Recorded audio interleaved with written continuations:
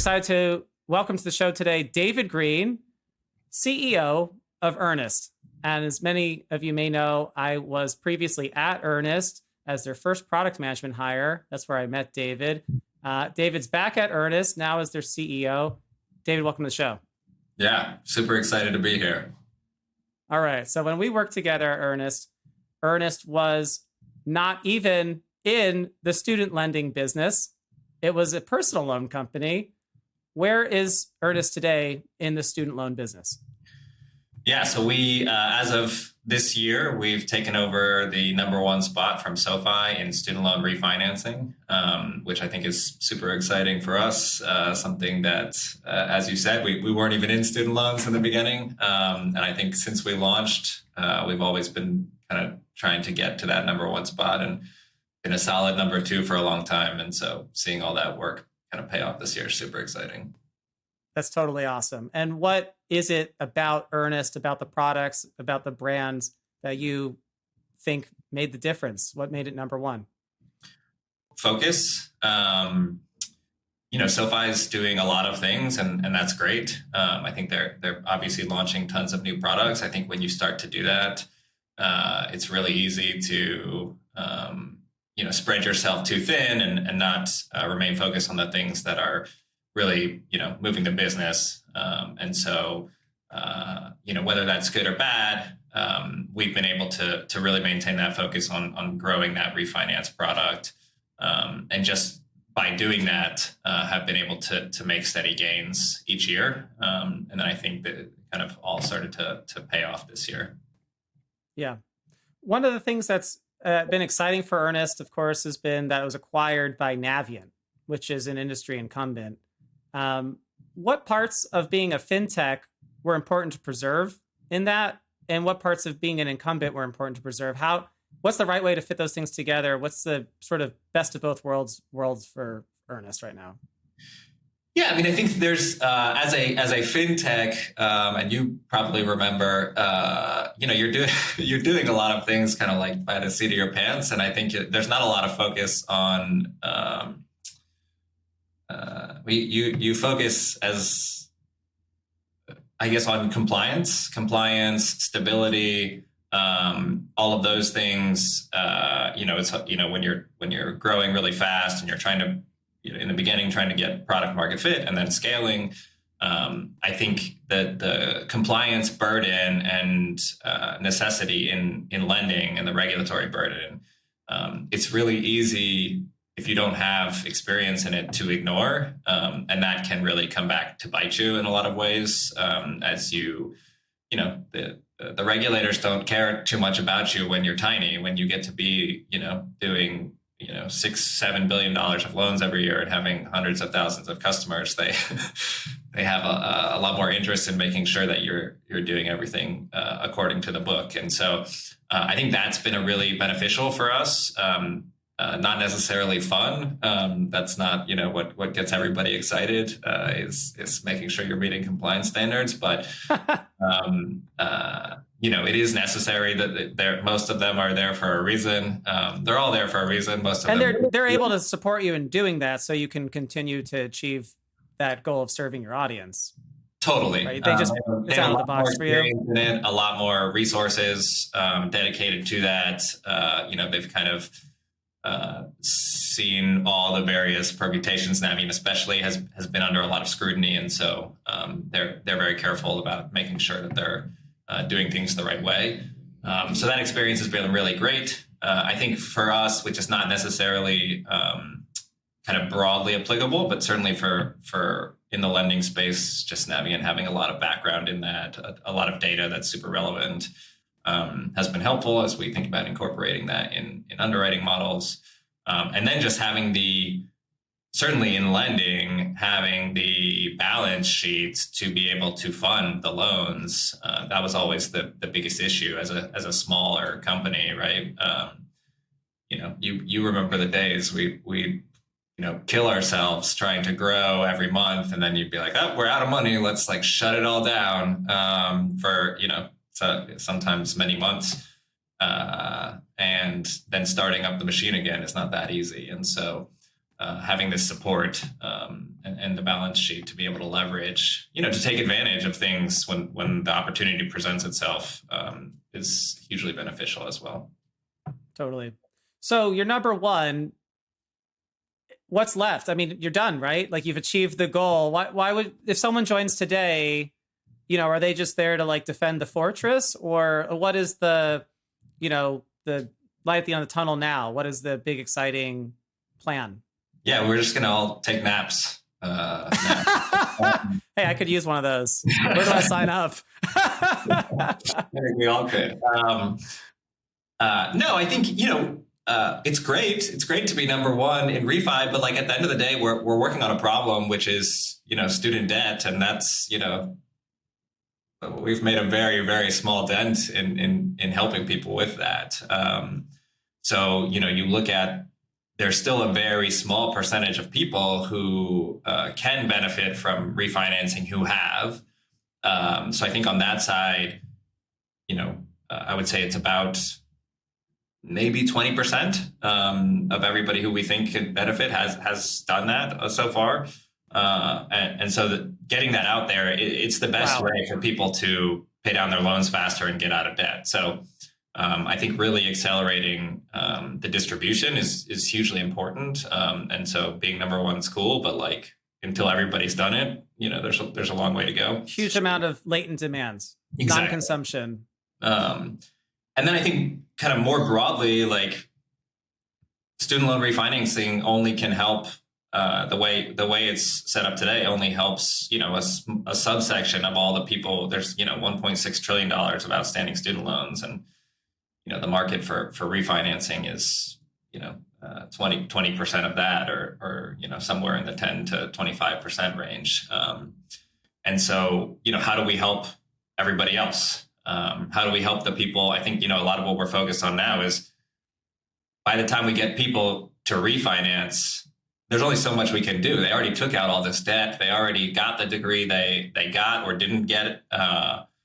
They made all these decisions, and we can help them pay it off a little bit faster through better interest rates. But, how do we help them make better decisions going in? How do we help them take out less debt by maximizing their scholarship dollars, by making sure they're getting all their federal aid, making good decisions in school, finding better jobs, all of that sort of thing. So I think, that the problem that we're trying to solve is really how do we make people help people get out of debt faster and get more value from their student loans, and not even get into debt that isn't a good debt, just to get into good debt. Use debt wisely.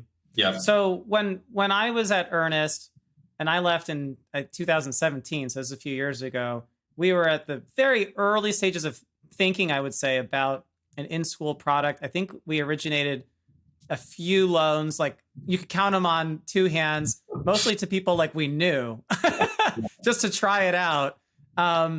Is that still the case today? Can you still count on one or two hands the number of people who've borrowed money from Earnest directly to finance their educations, or is that becoming a bigger program? Yeah, no, thankfully it's becoming a much bigger program. Three hands and toes now? Yeah, exactly. We've got at least 6 people. No, no, we announced, we were able to announce to the market this year, we did $150 million of student loan origination, which again, we feel great about. It's a lot of progress. It's certainly from the days where we were doing, tens and 20s of loans.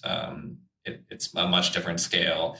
But again, on a market of private student loans, that's, 10 to $11 billion a year, $150 million is not where we want to be. And I think, one of the questions we get is, if you're trying to help people with student debt and get out of it, why are you making loans? But I think it all comes back to, we have a much higher percentage we help people make those decisions on like how much money they should be taking out, how are they going to do repayment. There's a lot of different options that they can take and make, a $25 a month payment in school or an interest only payment in school. And they have these like $25 a month payments have huge impacts in the total cost of their loan over time. And so we have helped people, see those trade-offs and understand how they can take out basically minimize the total cost of their education. And so we have a much higher percentage of people making payments while in school than the industry average. So we're really excited about that. We think there's huge growth potential. I will say the student loan origination market is very different, more different than you probably would think than the refi market, and also very challenging. And I think hindsight's 2020, but if you look at the number of kind of fintechs or newer players that have gone into the refi market, and then you compare that on the same side against the any new entrants on the in-school market, you can see like it's still mostly incumbents, very big companies that are kind of the leaders. Been doing it for a while. Yeah. The ones who've been doing it for a while. Yeah. The C.A.R.E.S Act changed student loans, maybe temporarily. Tell us about what changed, what's changing next year, what's happening with the C.A.R.E.S Act, and how does that relate to student loans? Yeah. So when the C.A.R.E.S Act was enacted, there was a pause on all federal interest and all federal payments. And so anybody who had a federal loan didn't have to make payments for the last basically over a year and a half. And they weren't charged interest. And so the student loan market breaks down, and it's about 90%, loans made through the government in a direct way. So they're called federal direct loans. And then there's about 10 to 11% are private loans made by private lenders, such as Sallie Mae, Earnest, Citizens, et cetera. So the C.A.R.E.S Act only applied to the federally held loans, but that's, most of the market. So the expectation, and I would say with high confidence at this point, is the C.A.R.E.S Act is going to expire at the end of January in 2022. So just 2 months away. And that's going to present an interesting situation, obviously, for the refi lenders out there. We estimate probably about, somewhere in the 40 to 60% of volume in a normal year comes from refinancing federal loans.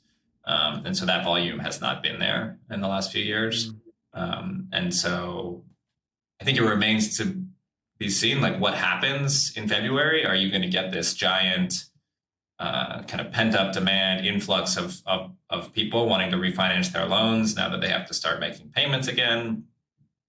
Or are, for the first time in history, people have seen benefits of having federal loans, where kind of prior to the C.A.R.E.S Act, unless you had to be on an income driven repayment plan, where you're, having trouble making your full payments, like nobody else was there wasn't a big difference between private and federal loans. And so, we'll see what happens if people are more scared or more timid about refinancing these federal loans, in the case that their benefits do come back. There's also talk around loan forgiveness, which, I don't think it's going to happen on a broad-based scale. But that doesn't mean, that's not what's in the media. That's not what's being told to students. So, right. We'll see how that plays out as well. So if I'm a student, or if I'm a former student, a graduate, a degree holder or at least a borrower, next year, I might finally have to start paying these loans and starting to feel them again. And that could create a lot of demand for changing how that works. And that's what Earnest can provide to at least a subset of those people. Yeah. And I think it's also, I would say, as we look at the last few years and the next few years, this 2022 is probably the biggest opportunity for refinancing in history, because you have all-time low interest rates, which are expected to go up, but not by a ton next year, although we'll see with inflation as it is. But this extremely low interest rate we've had over the last couple of years, but we've also had the CARES Act. So this will be kind of the 1 year where interest rates are extremely low, lower than they ever have been, at the same time where all the federal borrowers are making payments. Yeah. Do you think that the fintech ecosystem should play a role in driving the consumer awareness of this opportunity to change up their student loans? You mentioned that, I guess maybe rephrasing that, you mentioned only 20% of people who could be helped by a refinance are probably refinancing today. Is that just an awareness issue? And how are you thinking about changing that awareness? How are you going to educate the market?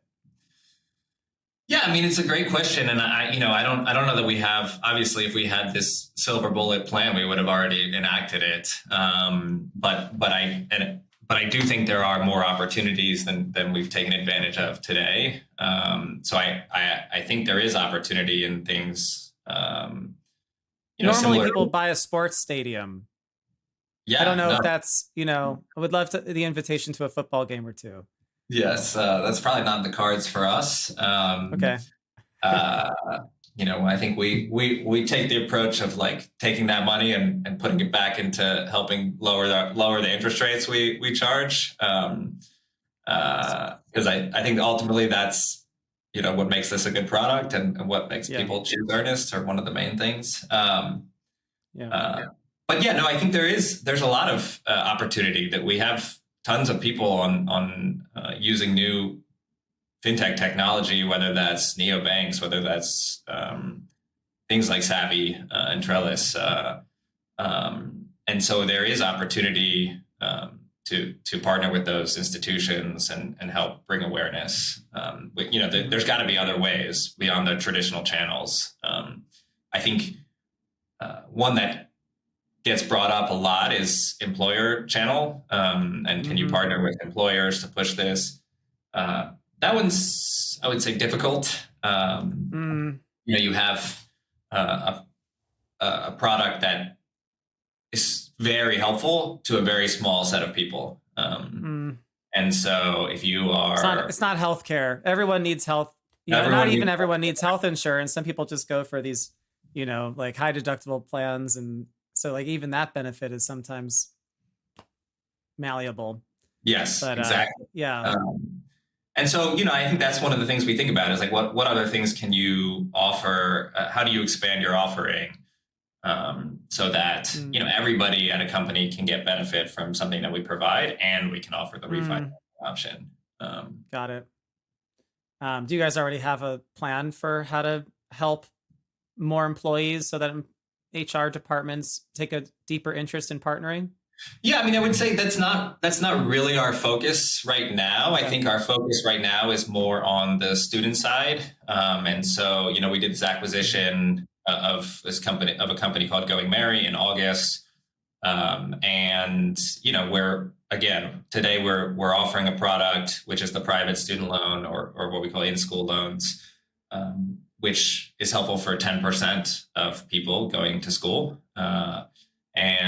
But with Going Merry, we can help everybody going to school, because Going Merry helps you basically, they have a common application for scholarships. So, you fill out the data once and they can, automatically filter which scholarships you would qualify for, and they can pre-populate all the data.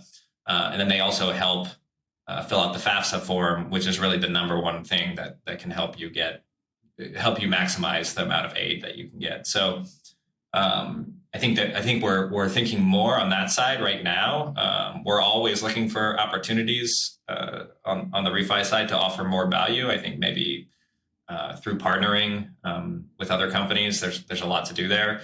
But I think our main focus right now is really how do we help people make those better decisions going into school, so they don't end up with $200,000 of debt in the first place.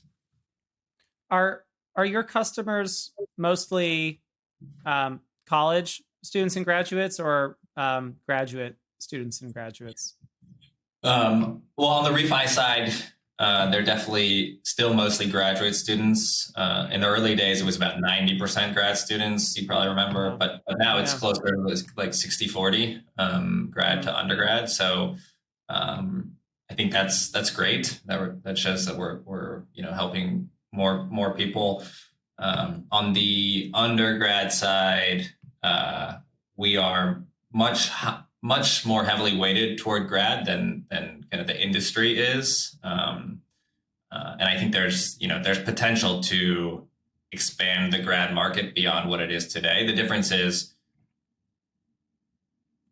when you're in school loans, there's a cap. The federal government will only loan you up to X amount as an undergrad. And as a grad student, they'll loan you the whole thing. However much, if that's, you're going to Harvard Business School and you need $80,000 for a year, if that's the cost that the school says, they'll lend you $80,000. The difference is they will charge you a 4% origination fee, where we don't charge any origination fee. So there is room there for us to offer a better APR than the government, and so I think we'll see more of that over time. What can you tell us? You have a really exciting vantage point into the behaviors and decisions, the ethos, the vibe, the perspective of a very important demographic. What kinds of decisions are they making that you have found interesting? Whether it's their ability to repay or their request for forbearance on the servicing side, or the interest rates that they're picking. Are they picking longer terms because they think interest rates are going to go up and they want to lock it in? Or are they picking shorter terms and they're planning on, paying it off faster? You have any insights into the decisions people are making and how that's changed over the past few years?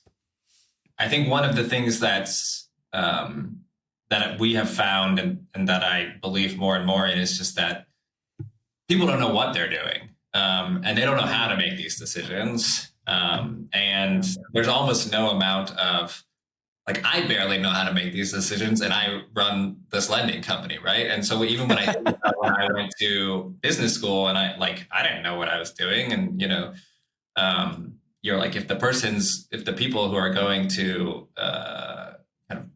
good business school programs can't figure this out, what is everybody else doing? And so I think we hear a lot about financial literacy, and I think at its very basic level, there's something to do there. Like if you know nothing about interest and debt and how everything works, I think some of that is useful. But for the most part, we need to guide students to make better decisions and help them with that versus give them all the information and then ask them to make the right decision. Because I don't. Is that something that Earnest does, or is that something that Earnest helps financial aid offices do? Where do you see that? What's your vision for how and who does that, or who does that and how they do it? Yeah, so I don't know that we're doing a great job of it yet. We have a lot of room for improvement, I think. As on the refi side, we give people the option to, you probably came up with this, but to pick any term between 5 and 20 years, which is still something that's unique to Earnest today, where other lenders in the past would offer you a 5-year loan or a 10-year loan or a 15 or a 20. Now some of them offer a couple other terms, but we'll literally give you anything between 5 and 20 years. So if it's 11 years, totally customizable. 1 month, yeah. And I think that's great. In a lot of ways, it helps people really fit the loan into their budget. On the flip side, all the options makes it harder for somebody to choose, right? And so I think we can do still a better job of helping people understand, how do they compare this? What are most people doing, making a student loan payment in comparison to their budget? If they think if they're very confident that their income is going to go up in the next year, they might want to choose one thing. If they're, slightly less confident about that, or less confident they're going to have a job, in for the next 2 years or something like that, they might make a different decision of a lower payment. And so I think there's a lot of opportunity to do that on the refi side. I think we're doing a pretty good job of it on the in-school side, which I think is reflected again in our percentage of students who are paying while they're in school. So we're helping them see very clearly, when they're deciding to take a loan, there's a lot of different options. They can take a fixed or a variable. They can pay, $25 while they're in school. They can pay interest only. They can pay nothing, which is, I think, previously was the typical thing to do, and just fully defer it. They can make their full interest, principal and interest payments. They can do 5, 10, 15-year loans. So there's a lot of options. And so we've chosen to try to help people understand those options in terms of what the total cost of their loan is going to be. And we're seeing that people are making, what we think are better decisions, minimizing their cost of loan because of that. So I think we're doing a better job there, but there's a lot more to do. What feelings is Earnest trying to provoke in its customers? How do you want people to feel about Earnest? Is it Earnest has my back? Is it Earnest is fair? Is it Earnest knows everything about me and is consultative? Like, how much are you on the side of the customer versus more like, no, we're the lender. Like, it's a little bit of a zero-sum game. You have to pay us on time, and we're going to be treating you fairly and transparently. Like, how do you navigate the advisory capacity versus the counterparty capacity? Sometimes it's zero-sum, sometimes it's aligned. It's not always win-win. Yeah, I think it's a really good question, because I think that's really hard to do and walk that line. I think we do want to be, and I also think it's slightly different depending on which product we're talking about. I think overall we want to be a guide that's helping people, that's on the side of the customer. At the same time, like, the best way we can help the customer is just charge nobody any interest, and but like there's no business there, right? So I think we need to acknowledge that, but within the confines of what we can do, it's how do we continue on the refi side? It's like, how are we continually optimizing so that we can give the best rates, right? I think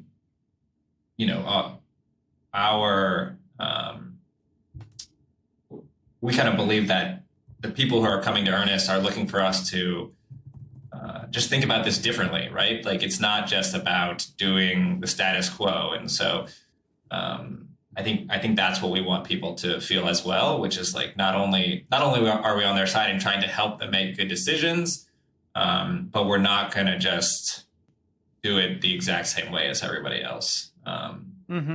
I think on the in-school side, it's a little bit different. Like, the rate really matters still, but there's a lot more apprehension when somebody's going to school. They like what they really want is, like, they need to know the money's going to get there on time, and that they're going to be able to go to school. And like, that's very different than the refi side, where if you've ever refinanced a mortgage, like, I'll go with anybody. Like, right. It's like the service rate and term and everything else is very secondary to the rate. So yeah. What as you think about building the team, how many people are there today? When we were there, it was like 25 people. Is it bigger? Like, it's definitely bigger now. How much bigger is it now? What kinds of people do you find like working at Earnest? What traits, personalities, cultural ethics do they embody? Yeah, so we're about 10 times what we were. So in the 250 range, and always changing based on how you measure that. But I think what kinds of people, we're very mission driven. So I think that attracts a certain kind of person. I think that's really important. I think it's at the forefront of everything we do. It's at the forefront of evaluating new opportunities. We're always thinking about what's best for the customer. And I think that is, again, that's difficult. in a lending business, right? Because you're always walking that line, right? You're like, well, I could always give them more benefit, but at the end of the day, we also have to, have certain returns for the shareholders and everything. So, but we want everybody to be applying that lens, and I think that that's the kind of person who comes to work here. I think also, we're looking for people who, and so we get people who.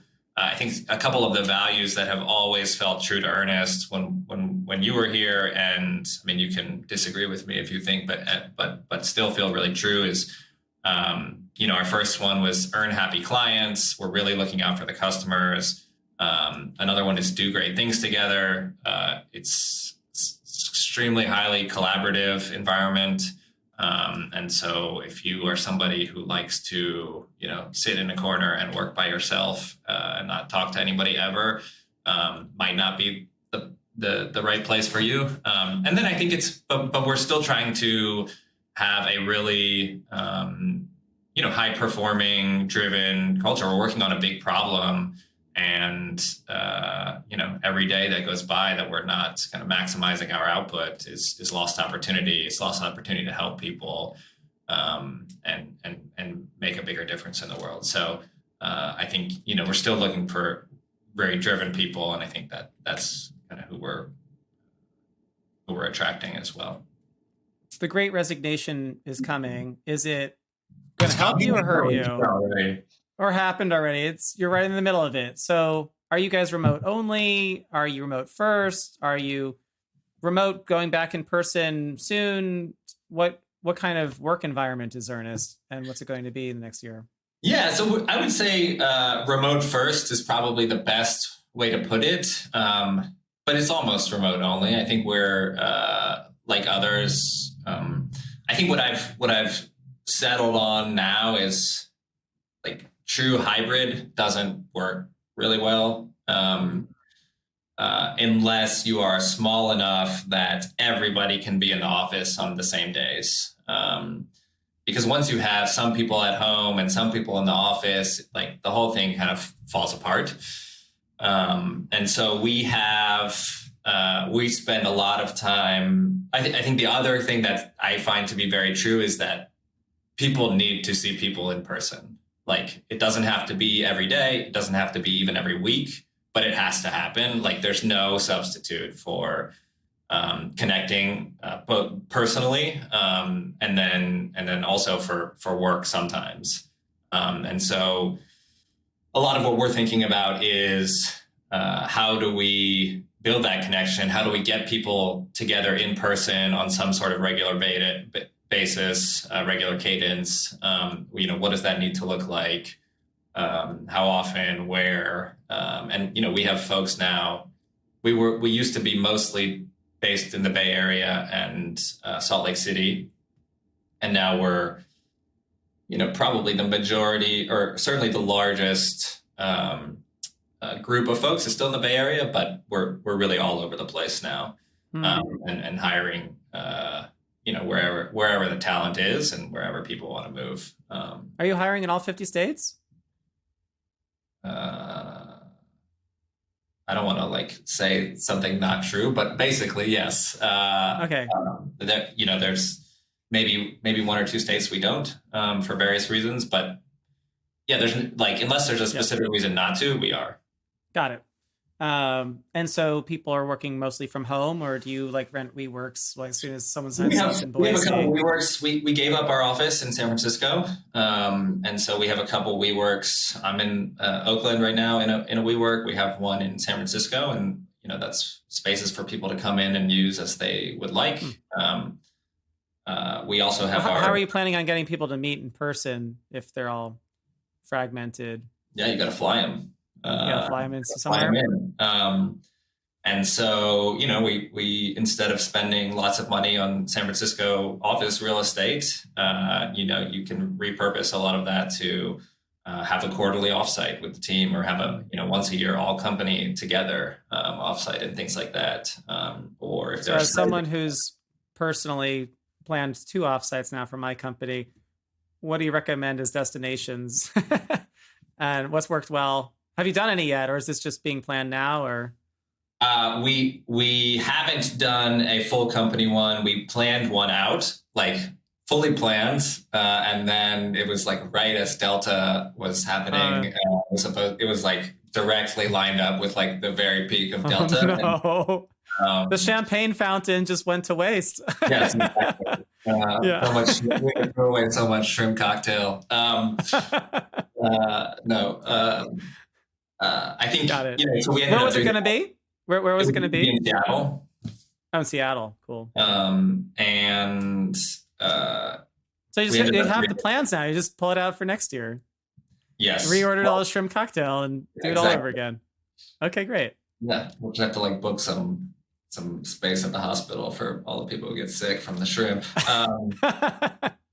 Okay. No, but we ended up doing it virtually, and it was awesome. I mean, I think like it's a terrible substitute. Don't get me wrong, but like the team did a really great job, and I think it showed me that like you can still get a lot of value over doing them virtually, but at the same time, it's still super high priority for me. So yeah, we're already planning that for next year. I think as far as location, there's a lot of ways to think about that one. I think for us, as I said, the majority of our folks are still West Coast, so we probably gravitate towards that. It's just as far as people not having to fly, but like you got to make it somewhere where there's a direct flight for almost everybody. I think that's important. Having things to do that are not just like sitting in a hotel ballroom the whole time, I think is important. So being able to get out, and so much of it is not about work now. It's about building connection. And so you want to make sure it's in a place where people can go and out and do activities or what were some of the fun activities you had planned in Seattle? Well, I'm a big hiker / mountaineering person, and so I was going to take people on a big hike that they were all going to complain about. But there's lots of, we were going to stay down by Pike's Place Market, and there's lots of stuff to do down there. And, I think there's also, we wanted to have, a service component to it. So we were, I can't remember the final option that we selected for service, but I think we were going to build bikes one day. Build bikes? That's so funny. That's what we did at our offsite. We built bikes and donated them to charity. There's only one thing to do, so everybody's building bikes. Right. Yeah, that's great. It's also hard. There's a supply shortage of bikes, so it's a really valuable thing for people to be doing. Yeah. Yeah. I don't know if you can even get all the parts though, but yeah. Ours were damaged. It made it more fun. We had to repair the parts and then build the bike and then donate to charity. Multi-step process. You're probably also always thinking about like, where are the fewest people going to get arrested? So take Las Vegas out of there. Right. I know there's some companies that do that, but do the Vegas parties. Yeah. Yeah. No, but when you have a big enterprise sales team, I think that's where you have to go. It's required. Yes. Yeah. So as we wind up the show here, one question I like to ask everybody was closing: who are some of the mentors or people you've admired or modeled professionally? What do you practice from them? Getting to be CEO of a 250 person company is quite the accomplishment. And it's not something you just, well, I don't know, you tell us, but if you just instinctively do it, like, what have you learned and done that, and who have you read or followed or practiced, worked for, that's, really inspired what you do today?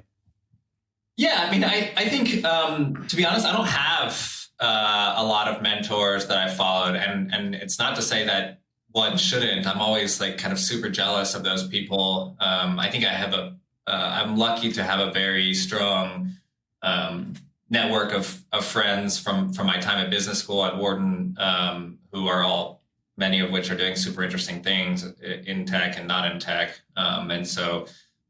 It's important, I think, to have that sounding board around, when you have to make a big decision, having people you trust, but that can, those can be people who are, in your same field or not. I think, some of the things that I do think it's super important to always be learning. I spend a lot of time reading and listening to, podcasts every day. What are some of the podcasts you listen to? I listen to a lot of I listen to the First Round podcast. I find super valuable. Invest Like the Best. I listen to pretty regularly. I think I also now have started spending time listening to non-work related podcasts, like on Formula One and things like that, just to clear my mind. That's awesome. So I found that I would get up at like 5 a.m. and start, go for a walk and start listening to work podcasts. And then like, if you start at 5 a.m. and you finish like when you go to sleep, like it's all, you start to. It's all interest rates.